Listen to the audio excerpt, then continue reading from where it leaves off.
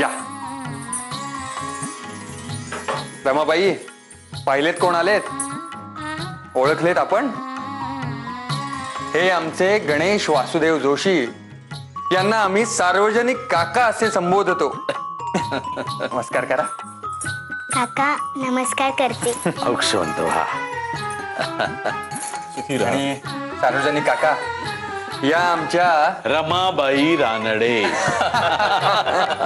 खूप ऐकलंय यांच्याबद्दल. आणि आज स्वतः रमाबाई. आज काय विशेष? बाई साहेब आनंदात दिसतायत. हो, आज मी आणि हे आमच्या म्हणजेच माझ्या माहेरी जाणार आहोत. आम्ही दोघे. का बरे? काही विशेष आहे वाटते. म्हणजे माझी मंगळागौर आहेच नंतर, पण काय माधवराव, काही गुपित आहे वाटतं. रमाबाई परवानगी विचारित आहेत. रमाबाई सांगा खुशाल. या माधवरावांना घाबरू नका. ते रागे भरले तर आम्हाच नाव सांगा.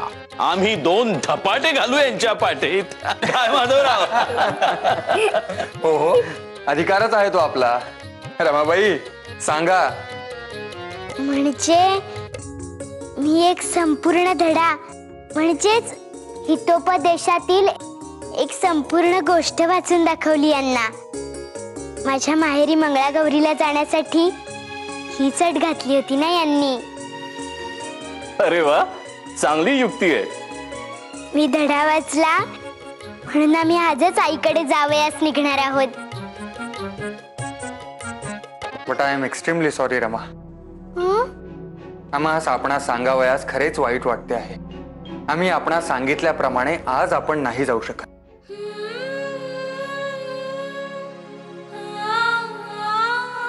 ही महत्वाची कामे आली आहेत, तेव्हा आजचे जाणे आपणास रहित करावे लागेल. परंतु 4-8 दिवसांनी मात्र आपण नक्की जावयाचे. बरे. भांडारकर काका, दयानंद सरस्वती येणार आहेत तेव्हा त्यांच्या निवासाची येण्या जाण्याची सारी व्यवस्था आपण केलेली आहे. अगो बाई बाई बाई बाई बाई, माझ्या स्वयंपाकघरात जसे काय रणकंदान माजले होते. अगो एक वस्तू जागेवर सापडत नाहीये. यातले त्यात, त्यातल्या यात. हो हो, नाही म्हणजे मलाही जाणवलंय हो हे. मी काय म्हणते माई, पण दुर्गा तर ह्याच घरात होती की नाही? प्रत्येक गोष्टीचा एक ठरलेला डबा आणि त्या डब्याची ठरलेली जागा. ही ताई काकूची शिस्त आहे, हे माहिती आहे ना तीच, तरी नुसता पसारा आहे. अगो मी काय म्हणते, सुभद्रा वहिनी आणि सगुणा या पाहुण्या आहेत. त्या आज आहेत तर उद्या जातील, पण ती तर या घरातली आहे ना. दुर्गेला तर सगळं कळायला हवे की नाही? काय गो, कोणाच टोमणे मारून हिणवतेस पाहुणी पाहुणी म्हणून? पण तू किती बोललीस ना तरी आम्ही काही या घरच्या पाहुण्या नाही. हो काय गो माई? हो ना. माईला काय जाते हो म्हणायला? काय बोललीस? काय बोललीस? नाही तुम्हाला नाही, सोमन काकूंना म्हणते. अहो सोमन काकू, तुम्हाला तर नाही का सुचले काही? कसे सुचेल, कसे सुचेल इथे कोणाला काही? एक जात सगळे नोकर अगदी मालकिणीच्या वर्तन वागत होते. हे बघा, उगाच टोचून बोलू नका. अगो बाई, म्हणजे आम्ही पाहुण्या आणि यांना जरा काही बोलले की लगेच टोचले वाटते तुला ताई? हे बघा, माझा म्हणण्याचा अर्थ असा नव्हता. कसा होता? अहो हे बघा, दोघी जणी अशा वाद घालण्यापेक्षा आपण आज जाऊन सगळे आवरूया ना. मी काय म्हणते, मी एवढे कपडे आवरले ना की मी पण तुम्हाला मदत करायला येते. तोपर्यंत तुम्ही पुढे व्हा. ये लवकर. आणि माई, मला नाही हो वाद घालायची सवय. मी आपली नेहमी शांतपणे कामच करत असते हो इथे. हो. दे, ते पण करतेच मी. आणि इकडे हिला काय जाते बोलायला? 4 दिवस आली फिरून आणि आता आलाय मारे कामाचा पुळका. काम करून दाखव म्हणून आमच्यासारखी. दाटुनिया येता मेघ किती छान वाटत होते आई भेटणार म्हणून. आत्याबाईंच्या हातचे दडपे पोहे खावयाचे होते. ताजी केशव बरोबर लगोरी खेळायचे ठरवले होते, पण सगळाच विरस झालाय.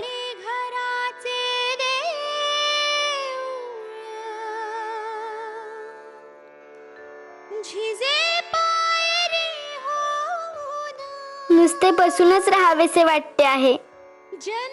अगदी अगदी काही सुद्धा करू नये असे वाटते आहे.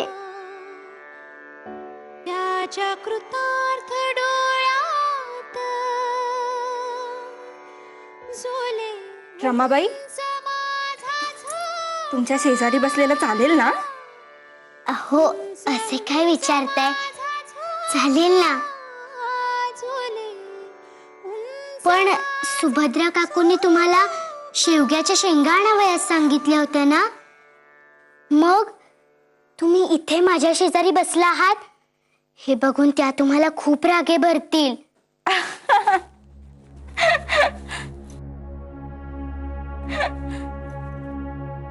तुम्ही हसताय? ते माझे गुपित आहे. गुपित? गुपित.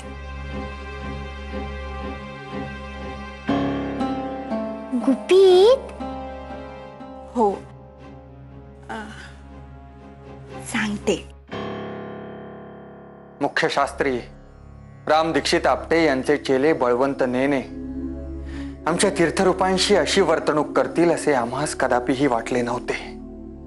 असे म्हणजे आता या सनातनांनी तुम्हाच सोडून तुमच्या तीर्थरूपास त्रास द्यावयास सुरुवात केली की काय? असेच म्हणावयाचे, दुसरे काय. पण आता राम दीक्षितांनी जो इशारा दिलाय त्याचे तुम्ही काय करणार? करावयाचे काय? समोर येतील तेव्हा पाहू. समजावून सांगू त्यांना सांगू सरस्वतींच्या व्याख्यानाचा आपण मोकळ्या मनाने आनंद घ्या आणि विरोधी मते असतील तर तीही शांतपणे सांगा, जाहीर सभेत सांगा. आम्ही तयार आहोत ऐकावयास. कोण आहे ते दयानंद सरस्वती? वैदिक धर्मविचारांचा प्रसार करण्यासाठी यांनी आर्य समाजाची स्थापना केली आहे. हे कट्टर वेदनिष्ठ आहेत.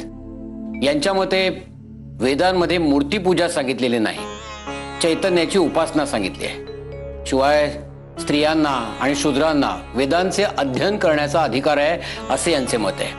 आणि ते जातीभेद अजिबात मानित नाहीत. आणि हे सर्व वेदांना अनुसरून आहे असे या सरस्वतींचे म्हणणे आहे. मग बरोबर आहे. हे नवमतवादी त्यांच्या मागे लागले ते त्यात नवलते काय? कठीण आहे, कठीण आहे, कठीण आहे सर्व. बर हे कोणते काय बर त्यांचे ते नाव? हा, राम दीक्षित आपटे मुख्य शास्त्री. यांचे काय? ते कट्टर सनातनी आहेत आणि दयानंद सरस्वतींचे म्हणणे त्यांस अजिबात मान्य नाही. सरस्वती जर पुण्यात आले तर आपटे त्यांच्या विरोधात उभे ठाकतील. हाणामारीचा प्रसंग उद्भवल्याशिवाय राहणार नाही अशी आमची अटकळ आहे. त्यांचे चेले तयारीतच आहेत. अरे देवा, माधवास सांगावयास हवे या भानगडीमध्ये तू पडू नकोस म्हणावे. ते नवमतवाद्यांचे काय ते त्यांचे ते बघून घेतील. माधवास सांगा, निक्षून सांगा. हा, आमचे ऐकत नाही तो, तुमचे ऐकतो. आहो, नाही म्हणजे आराम आहे ना आता जीवास? हो आहे. पण माधवाने रमेचे माहेरी जाणे रहित केले. नाही म्हणजे त्याची कामे असतील खरी, पण पोर अगदी हिरमुसली हो. त्यामुळे आम्हासही वाईट वाटते सूनबाईंचे, पण आपण तरी काय करणार? म्हणजे माधवाने समाजकारणाचा जो काही व्याप वाढवून ठेवला आहे तोच मध्ये मध्ये आड येतोय. आपण काय करणार त्यास? एक मार्ग सुचवला तर चालेल का? नाही म्हणजे बाळंभटजींना सवड असेल तर रमेश त्यांच्या सोबतीने पुढे धाडले तर? म्हणजे पोरीचे 4 दिवस मोकळेपणाने राहणेही होईल तिच्या माहेरी. आणि माधवाची कामे आटोपली की तोही जाईलच तिथे. हवे तर आपण पांडुरंगासही धाडू.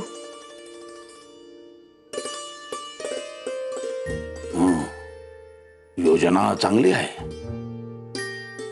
कसे बालमभटजी? उत्तम आहे. आमची काहीच हरकत नाही. जाऊ दे मग, तुम्ही म्हणताय तसेच करू. अहो त्याच सांगा, लगा तयारीस म्हणावे. बरे.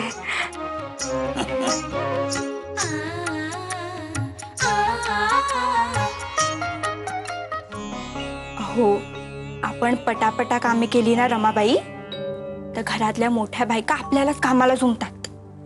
पण आपण टंगळमंगळ केली ना की आधी रागे भरतात, पण नंतर कंटाळतात आणि कामेच सांगायचे सोडून देतात. काय आहे की नाही गमतीचे गुपित?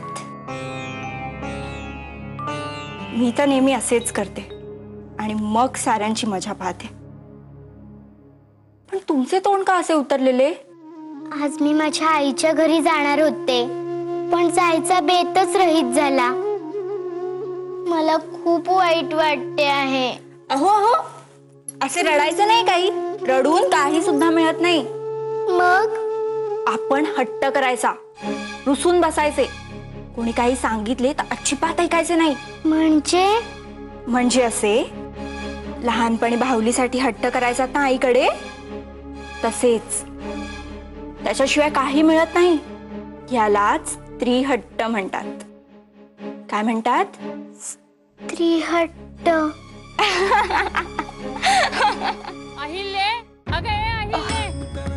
आले. मी सांगितलेले लक्षात ठेवा हा.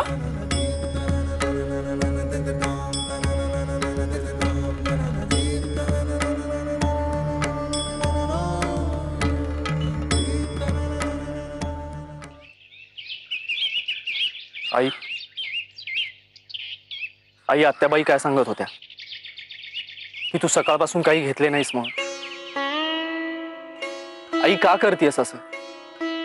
का ते तुला चांगलेच ठाऊक आहे. काकांनी आत्याबाईंचे डोके फोडेपर्यंत गप्प उभं राहून बघत बसावे असे म्हणणे आहे का तुमचे? आई आपल्या अशाच नेभरट वागण्याने फावते आहे त्यांचे. गोपाळा, नाही आई, आता ह्यापुढे मी ऐकून घेणार नाही. जर नदीकाठचे घर त्यांनी 2 दिवसात रिकामे केले नाही ना, तर त्यांची गाठ माझ्याशी आहे. माझी शपथ आहे तुला.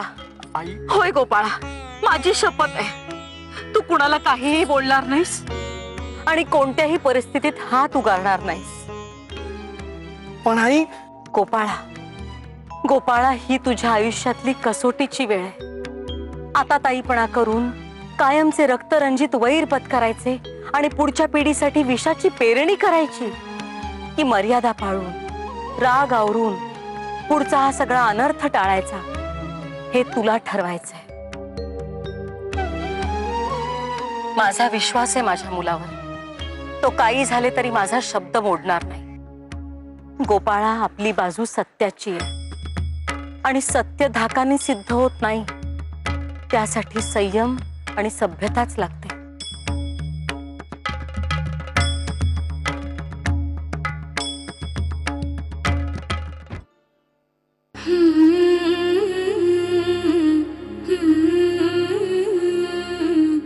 असे रडायचं नाही. काही रडून काही सुद्धा मिळत नाही.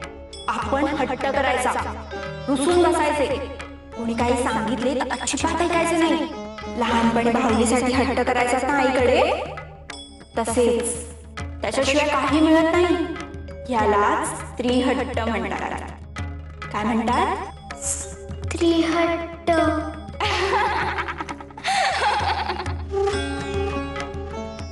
रमाबाई,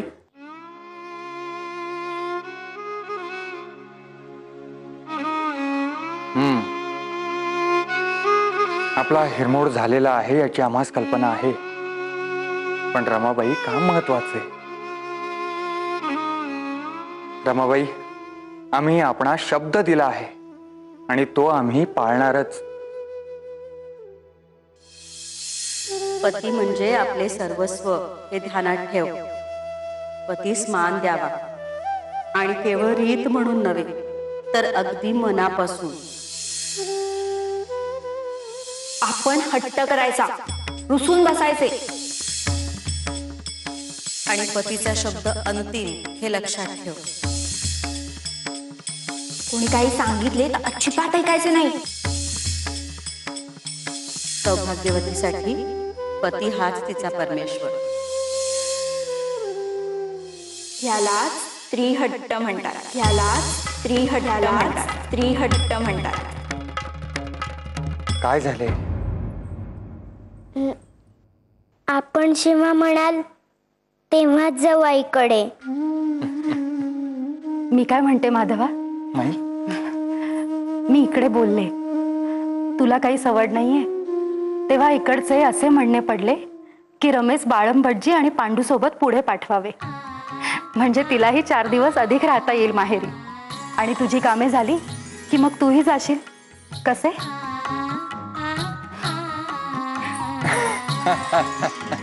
वा माई, अतिशय उत्तम पर्याय काढलात आपण. आमच्या बाईसाहेबांची तर तयारी झालेलीच आहे. आता फक्त बाळम भटजींना सांगून आजच प्रयाण होऊ दे.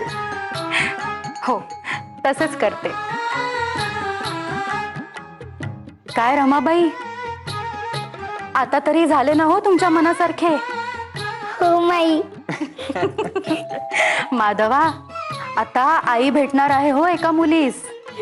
झाले, आता आईच भेटावया जाणार म्हणजे 8 दिवस अभ्यासाच बुट्टीच म्हणावयाची. काय रमाबाई? तुमचे चालू दे, मी हिच्या सामानाची बांधाबांध करते. बर. काय रमाबाई, आम्ही काय विचारले? अभ्यासाच बुट्टीच ना? नाही, पण असे करा, तेथे गेल्यानंतर तुमच्या भावांकडून अभ्यासाची मदत घ्या आणि अभ्यासाचा सराव हा चालूच ठेवा. त्यात खंड पडता कामा नये, नाहीतर पुन्हा पाठी कोरी व्हावयाची. पण आमच्या घरी मुलींना लिहा वाचावयास बंदी आहे ना. तोही एक प्रश्नच आहे. असे करा, आई अण्णांची मने न दुखावता थोडा थोडा सराव चालू ठेवा. हवे तर आमचे नाव पुढे करा. निदान वाचनाचा तरी सराव हवा. कराल ना? हो, करेन मी अभ्यास. पण मला आपणास काही विचारावयाचे होते. विचारा ना. स्त्रीहट्ट म्हणजे नेमके काय? ज्या हट्टाने समस्त पुरुषांचे कल्याण होते त्यास स्त्रीहट्ट असे म्हणतात. बरे, मग मी माहेरून आल्यावर स्त्रीहट्ट करेन. छान, म्हणजे आमचे कल्याणच झाले म्हणावयाचे. रमाबाई, कल्याण आहे.